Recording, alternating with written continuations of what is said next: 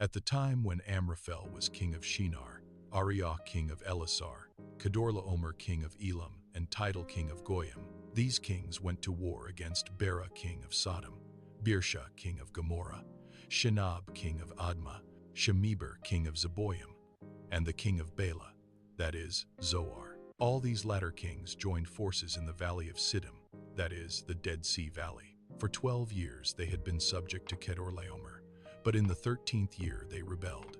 In the 14th year, Kedorlaomer and the kings allied with him went out and defeated the Rephaites in Ashtaroth-Karnaim, the Zuzites in Ham, the Emites in Shave-Kiriathaim, and the Horites in the hill country of Seir, as far as El Paran near the desert. Then they turned back and went to En-Mishpat, that is, Kadesh, and they conquered the whole territory of the Amalekites, as well as the Amorites who were living in Hazazon Tamar. Then the king of Sodom, the king of Gomorrah, the king of Admah, the king of Zeboim, and the king of Bela, that is, Zoar, marched out and drew up their battle lines in the Valley of Siddim against Kedorlaomer king of Elam, Tidal king of Goyim, Amraphel king of Shinar, and Arioch king of Elasar, 4 kings against 5. Now, the Valley of Siddim was full of tar pits, and when the kings of Sodom and Gomorrah fled, some of the men fell into them and the rest fled to the hills. The 4 kings seized all the goods of Sodom and Gomorrah and all their food. Then they went away. They also carried off Abram's nephew Lot and his possessions, since he was living in Sodom.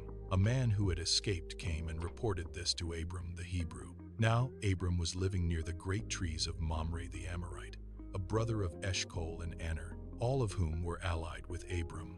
When Abram heard that his relative had been taken captive, he called out the 318 trained men born in his household and went in pursuit as far as Dan. Thank you for listening. If you love listening to Bible stories, subscribe and let's walk through the Old Testament together. During the night, Abram divided his men to attack them, and he routed them, pursuing them as far as Hobah, north of Damascus. He recovered all the goods and brought back his relative Lot and his possessions, together with the women and the other people. After Abram returned from defeating Kedorlaomer and the kings allied with him, the king of Sodom came out to meet him in the Valley of Shaveh, that is, the King's Valley. Then Melchizedek, king of Salem, brought out bread and wine. He was priest of God Most High, and he blessed Abram, saying, "Blessed be Abram by God Most High, creator of heaven and earth, and praise be to God Most High, who delivered your enemies into your hand." Then Abram gave him 1/10 of everything.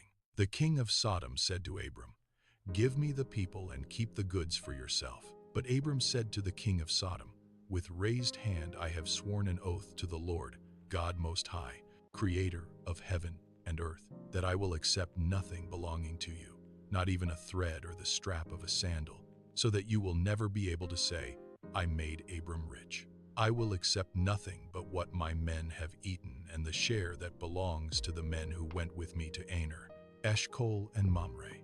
Let them have their share." Thank you for listening. If you love listening to Bible stories, subscribe and let's walk through the Old Testament together.